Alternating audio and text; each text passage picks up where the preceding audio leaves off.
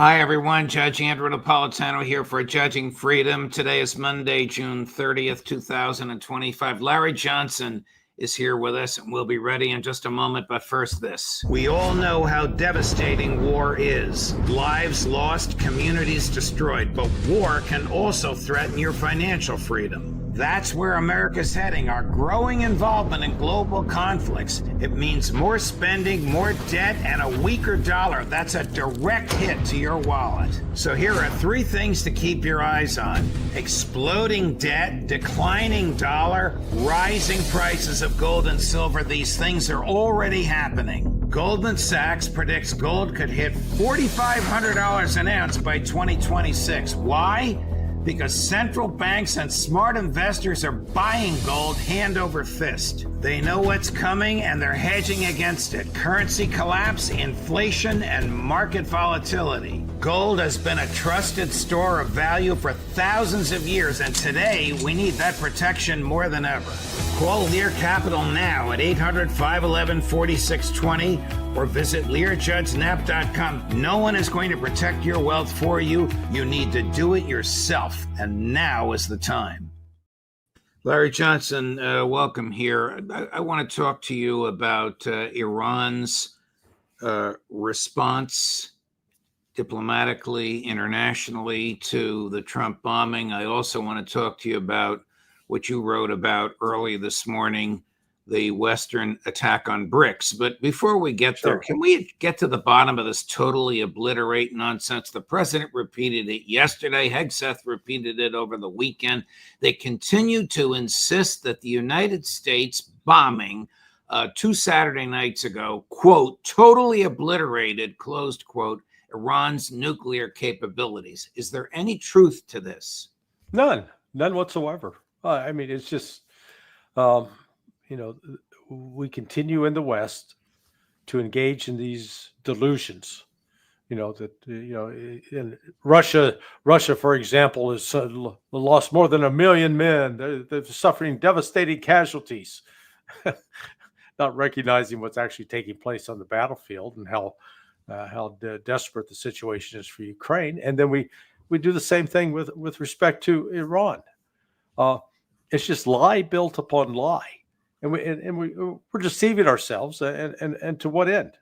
In order to be able to justify these conflicts and supporting a war of genocide in Palestine. It's just it all comes together. It's all part of the same package.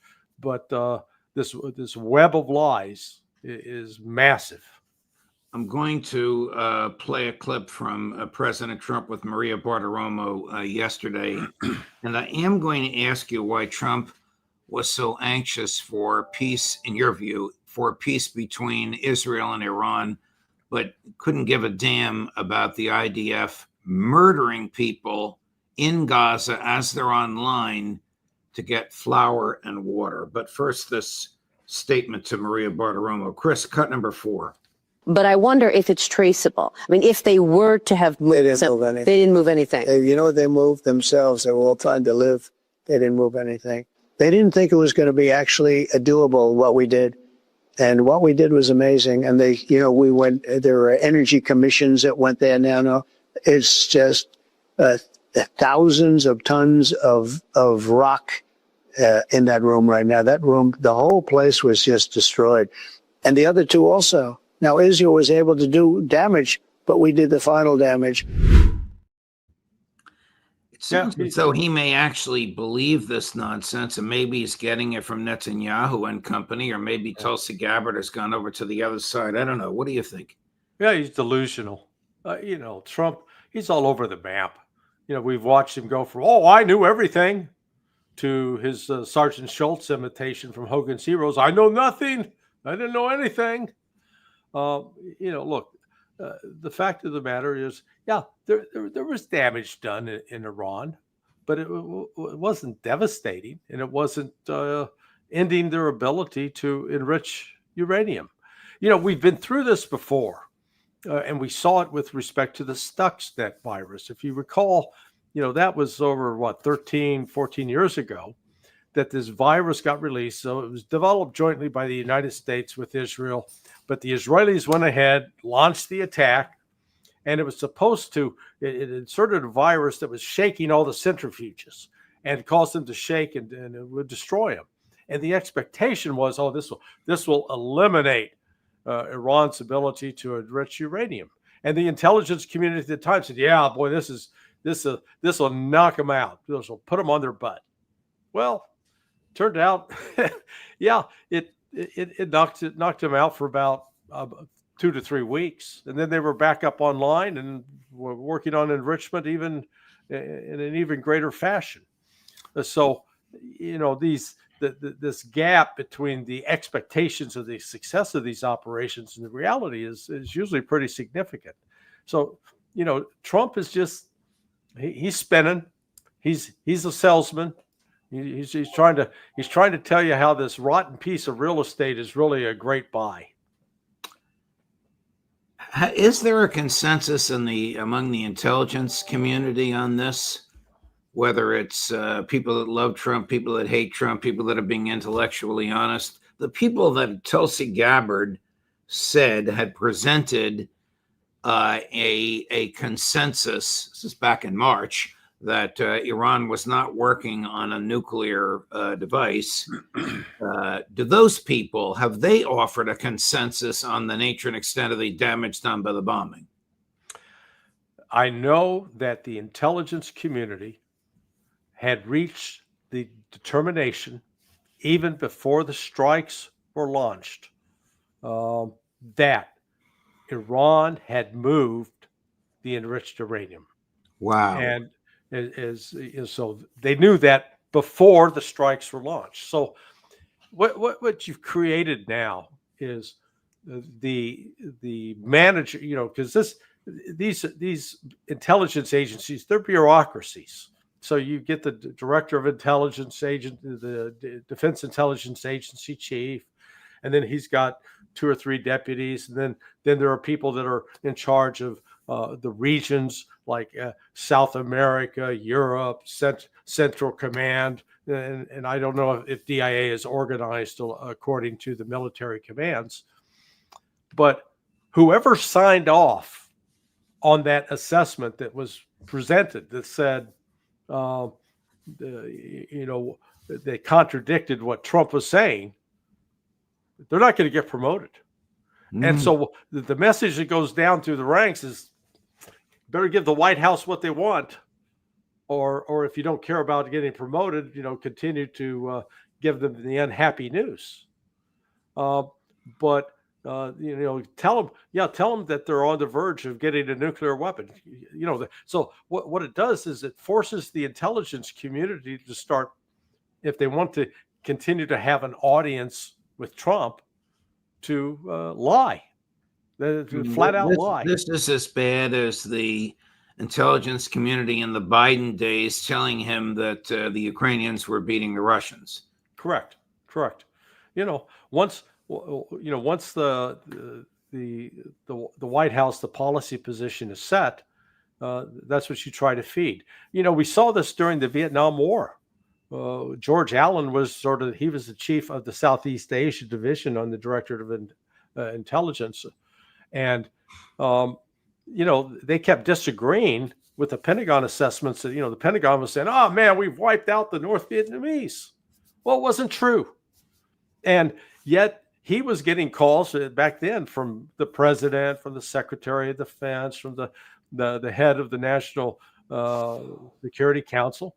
So, that's still going on. This is not a Republican or Democrat thing. But again, Trump, instead of went into, and I'm not always saying that the intelligence is always correct, but to openly attack the intelligence assessment when it was actually, this was not just Tulsi's opinion. We've talked about this before. This was a considered judgment based on actual evidence. And now, ironically, what has happened is I believe that a significant source of the intelligence for being able to say what Iran was doing with its nuclear enrichment program came from the International Atomic Energy Agency, the IAEA. Well, Iran's kicking them out now. So we're going to be blind. So going forward, I think you can actually have a legitimate intelligence assessment where the intelligence community will say, we don't know what's going on. We don't know what they're doing. This is a probably unanticipated backlash to Trump's bombing. And you've argued this, I think, that eyes and ears are no longer on the ground because the IAEA has been kicked out. And it's being kicked out because they were effectively, correct me if I'm wrong, Larry, co-opted by Mossad. I don't know if they're necessarily co-opted by Mossad. So IAEA would produce reports. So those reports would be available to government analysts. But I do firmly believe, I don't know if it was Israel, the United States, the French, the German, whoever, it may be multiple, recruited members of the IAEA team so that they would have a relationship with a foreign intelligence organization and be able to get information from them. And this information included the names, addresses, and phone numbers of these scientists that were critical to Iran's nuclear program. So Mossad certainly got its hands on it and murdered these individuals. So Grossi is an accessory to murder. Yeah, well, I don't know. Grossi, the guy that's the head of the IAEA, who authorized the giving of this information to Mossad. Well, it wasn't just that. I think as Alistair has pointed out, that 2 days before the bombing, a day before the bombing, the IAEA released this report accusing Iran of all this, not complying, but it was based on 20-year-old information. So they were helping create a political narrative that would justify an attack. So they were not a disinterested neutral party in this at all. And more importantly, here is Iran, who signed the Non-Proliferation Treaty, who has allowed IAEA inspections up to and including placing video cameras that would record 24/7 the activities at these reactors. And Israel hasn't. Israel is not a signatory to the NPT. Israel doesn't allow any inspections. And yet, when Israel and then the United States attack nuclear facilities that have been opened to and inspected by IAEA, they don't say a damn word. Not a word. But we've seen this. It is so politicized and under the control of the West. They did the same thing in Russia and Ukraine, with Russia now in control of the Zaporizhia nuclear power plant.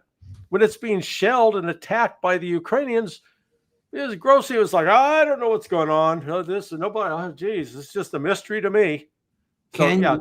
He's discredited completely. Can you come to a conclusion as to who prevailed in the 12-day war between Iran and Israel? I'd say Iran.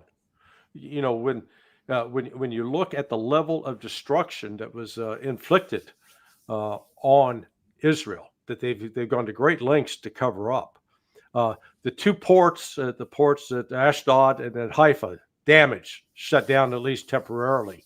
The oil refinery at Haifa and at Ashdod also damaged, also operations disrupted, closing down the only international airport at Ben Gurion.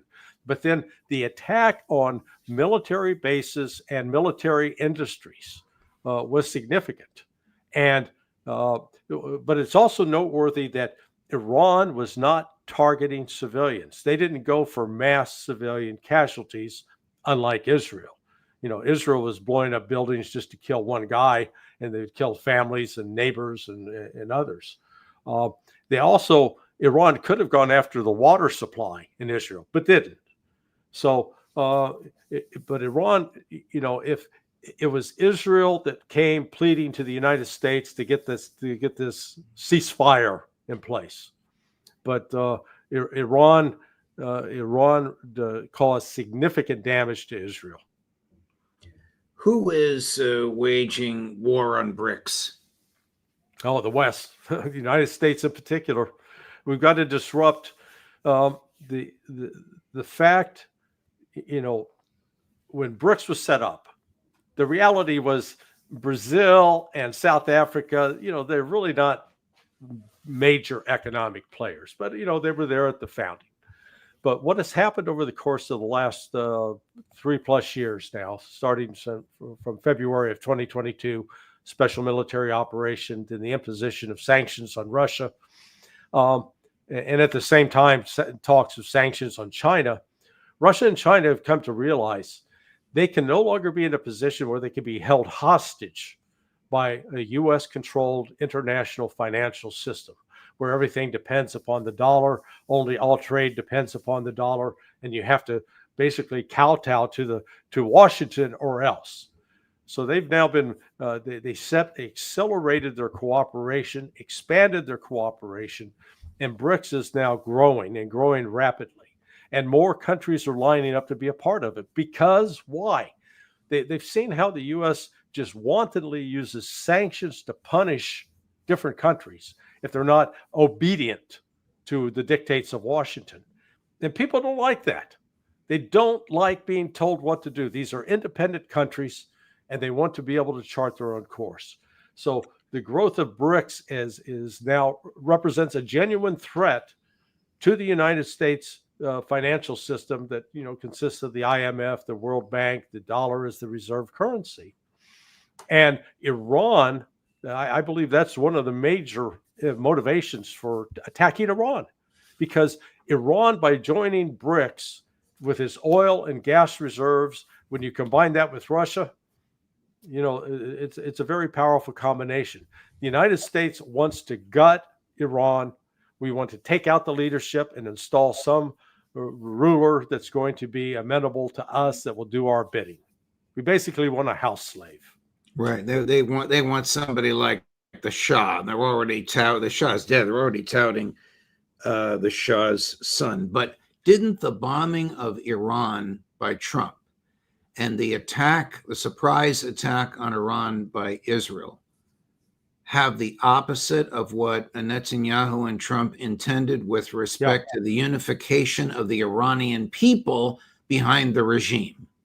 Well, yeah, I think that is, if you've listened to Professor Morandi and others out of Iran, and people that have, family back there still, Iran is not this authoritarian state. And there was actually, there were significant disagreements and political differences internally, but they've come together. This has united Iran in a way that it has really not been united since the U.S.-backed war from 1980, when Iraq invaded Iran. And we backed Iraq. Yeah, and we backed Iraq. Of course, just as a side note, who was selling weapons to Iran from 1980 up through 1986? That would be Israel.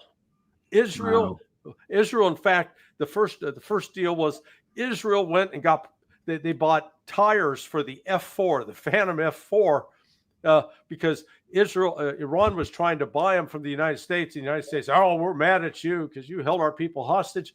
So Israel went out and got them for Iran. So like I said, this notion that, Iran's always been implacably opposed to wanting to kill Jews. Please cut the crap. It's a lie, but it's a Western lie. And the current one, Judge, is, Iran's trying to kill Donald Trump and Bibi Netanyahu. The only one that's actually assassinated somebody are Israelis assassinating Iranians. Right. Iran hasn't assassinated a single Israeli official or American official. They assassinated Iranian scientists in their homes with their spouses and children. Yeah. Because Grossi and Company, the IAEA, gave their home addresses. Yeah. Yeah. I mean, it's just the hypocrisy. And we Americans go, they chant death to America. What the hell is America saying about Iran? Right. We don't get everybody in a chorus to say death to Iran, but by God, when you got people like Lindsey Graham and others, they're not talking about peace and prosperity for Iran. They're talking about destroying it. I mean, got to look in the damn mirror at ourselves. We are so overcome with hypocrisy. It's just sickening.